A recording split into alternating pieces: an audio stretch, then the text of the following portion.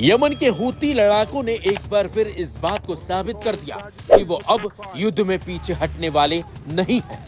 हाल ही में हूतियों ने जिस तरह से रेड सी में जहाजों को निशाना बनाकर अपनी ताकत दिखाई है, उससे तो साफ हो जाता है कि हूती ना तो अमेरिका से डर रहे हैं और न ही इजराइल से, बल्कि ये सीधे सीधे इन लोगों को चेतावनी देते हुए युद्ध में खड़े होने को तैयार दिखाई दे रहे हैं। हाल ही के हमलों की बात करें तो हूतियों ने रेड सी में 2 वाणिज्यिक जहाजों पर ताजा हमले सिर्फ सैन्य रणनीति नहीं बल्कि इजराइल और अमेरिका को चेतावनी देने के लिए किए हैं।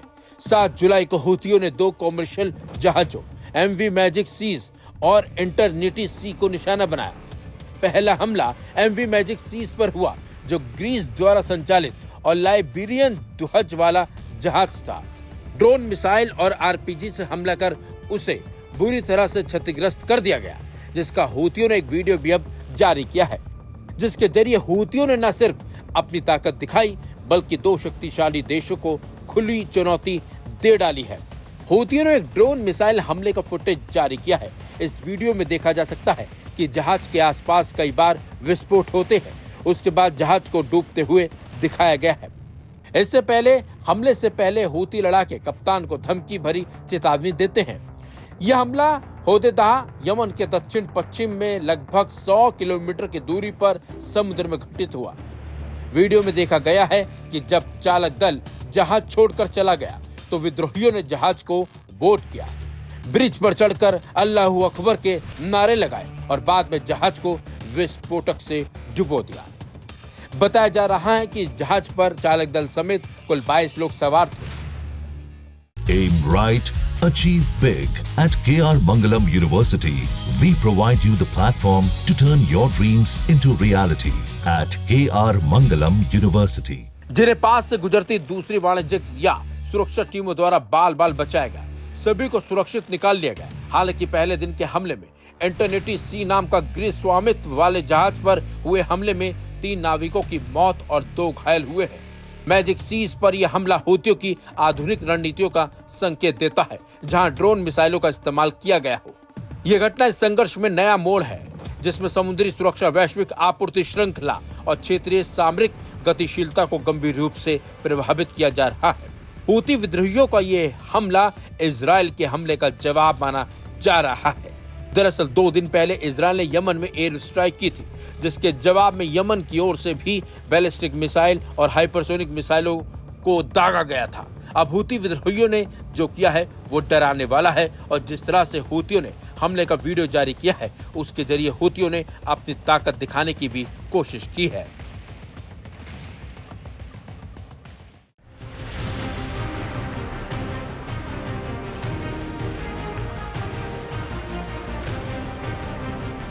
इसराइल और ईरान के बीच 12 दिनों तक चले संघर्ष के बाद ईरान ने अपनी रणनीति में कई तरह के बदलाव किए हैं। इसमें सबसे बड़ा बदलाव सैन्य रणनीति में किया गया है। ईरान ने अपने हथियारों, खास तौर पर बैलिस्टिक मिसाइल्स, ड्रोन्स और परमाणु सामग्री को अंडरग्राउंड सुविधाओं में ट्रांसफर करने की प्रक्रिया को तेज कर दिया है। बड़े पैमाने पर ट्रांसफर कर भी दिए गए हैं।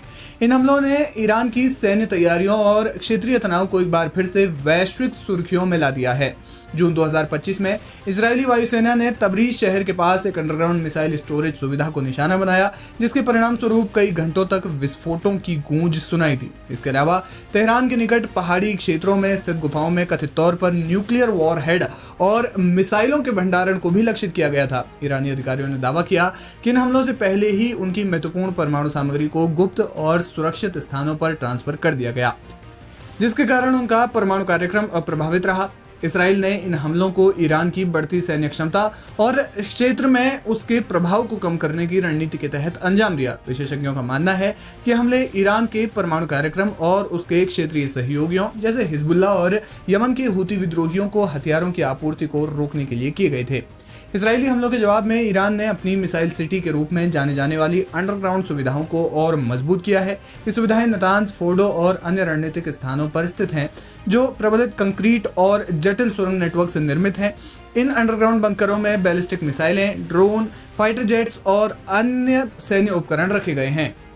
इस बीच ईरान के शीर्ष सैन्य सलाहकार और इस्लामिक रेवोल्यूशनरी गार्ड कॉर्प्स के वरिष्ठ कमांडर मेजर जनरल याहिया रहीम सफवी ने इसराइल और अमेरिका को कड़ी चेतावनी जारी की है। Aim right, achieve big. At KR Mangalam University, we provide you the platform to turn your dreams into reality. At KR Mangalam University. जून 2025 में इसराइली और अमेरिकी हमलों के बाद बढ़ते क्षेत्रीय तनाव के बीच सफवी ने कहा कि ईरान किसी भी आक्रामक कार्रवाई का जवाब देने के लिए पूरी तरह से तैयार है और उसने अपनी सैन्य ताकत का अभी तक पूर्ण उपयोग नहीं किया है।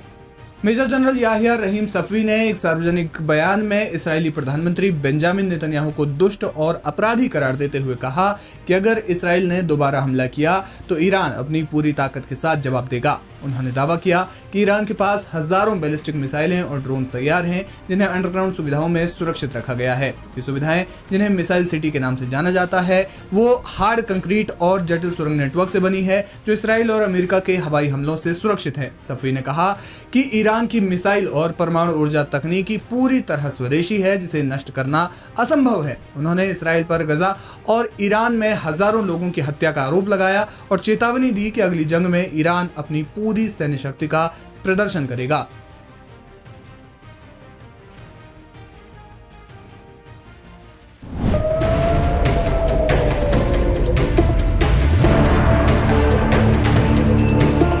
यमन के अंसारुल्लाह इसराइल की नाक में दम किए हुए हैं। आज से नहीं बल्कि उस दिन से जब से इसराइल ने गजा पर अपनी आक्रामकता दिखाना शुरू किया था। लेकिन तब भी इसराइल यमन के इन हूती फाइटर्स की टॉप लीडरशिप का कुछ नहीं बिगाड़ पाया। ये वो सवाल है जो अक्सर उठता है, वो भी इसलिए क्योंकि जब इसराइल ने 13 जून की सुबह ईरान पर हमला कर ईरान की टॉप फौजी क़यादत और साइंटिस्टों को खत्म कर दिया था, ऐसा वो यमन के हूतियों के साथ क्यों नहीं कर पाता, जबकि वो तो पिछले 20 माह से उसकी नाक में दम किए हुए हैं।